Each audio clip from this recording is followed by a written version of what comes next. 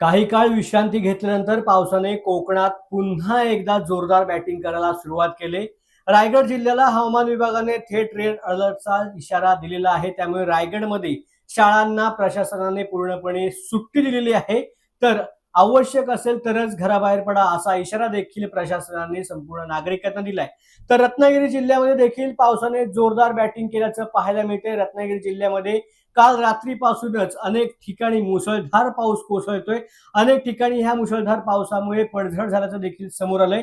तर आता खेड दापोली रस्त्यावरील जी नारंगी नदी आहे त्या नदीचं पाणी देखील थेट खेड दापोली ह्या रस्त्यावरती आल्याचं पाहायला मिळतंय। खेड दापोली रस्ता हा वाहतुकीसाठी बंद झालाय। ही दृश्य आपण पाहतोय कशा पद्धतीने नारंगी नदीचं पाणी आहे ते खेड दापोली मार्गावरती आलेलं आहे। मात्र ज्या अवजड गाड्या आहेत त्या ह्या पाण्यामधून जीव घेणा प्रवास करतायत, आपली वाट काढतायत। मात्र खेडची जी जगबुडी नदी आहे त्या नदीने देखील आता धोक्याची पातळी ओलांडल्याचं पाहायला मिळतंय। जगबुडी नदीची इशारा पातळी ही 7 मीटरची होती, मात्र आता 7.50 मीटर या धोक्याच्या पातळीवरून आता जगबुडी नदीचा प्रवाह सुरू आहे। आजूबाजूच्या परिसरामध्ये जगबुडी नदीचं पाणी शिरायला सुरुवात झाल्याचं पाहायला मिळतंय। एकूणच पाहायला गेलं तर जगबुडी नदीच्या बाजूला मच्छी मार्केटचा परिसर आहे। मोठी बाजारपेठ जगबुडी नदीला लागूनच आहे। त्या बाजारपेठेला आणि मच्छी मार्केट परिसराला आता धोक्याचा इशारा देण्यात आलेला आहे। आपत्ती व्यवस्थापन पथक आहे ते देखील आता खेडमध्ये दाखल झाल्याचं पाहायला मिळतंय।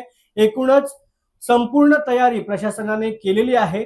मात्र जगबुडी नदीचं पाणी हळूहळू आता बाजारपेठेमध्ये शिरायला सुरुवात होती। मच्छी मार्केट परिसरामधील जे नागरिक आहेत, जे व्यापारी आहेत त्यांना सुरक्षित ठिकाणी हलवायला देखील सुरुवात झालेली आहे।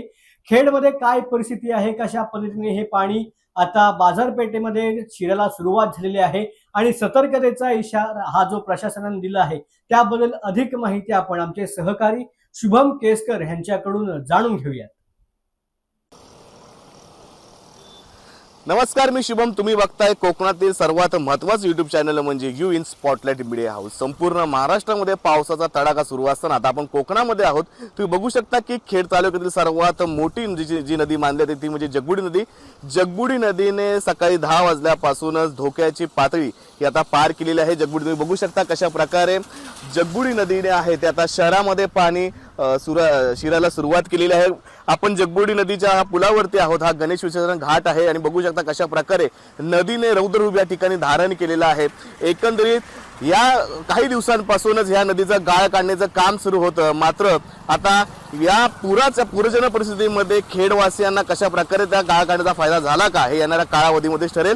जर तुम्ही बघितलं तर नदीचं पाणी काही तासांपूर्वीच बाजारपेठेमध्ये भरायला सुरुवात झालेली आहे। मच्छी मार्केट असेल किंवा आजूबाजूला बाजारपेठ असेल, या बाजारपेठेमध्ये 10 वाजल्यापासूनच्या सुमारासच आता पाणी भरायला सुरुवात झालेली आहे। येणाऱ्या काळामध्ये म्हणजे येत्या आठवड्यामध्ये रत्नागिरी असेल, रायगड असेल यांना रेड अलर्टचा इशारा देखील भेटू शकतो। त्यामुळे पुढील आठवडाभर रत्नागिरीसह संपूर्ण महाराष्ट्रामध्ये जोरदार पाऊस असल्याचे चित्र निर्माण झालेलं आहे।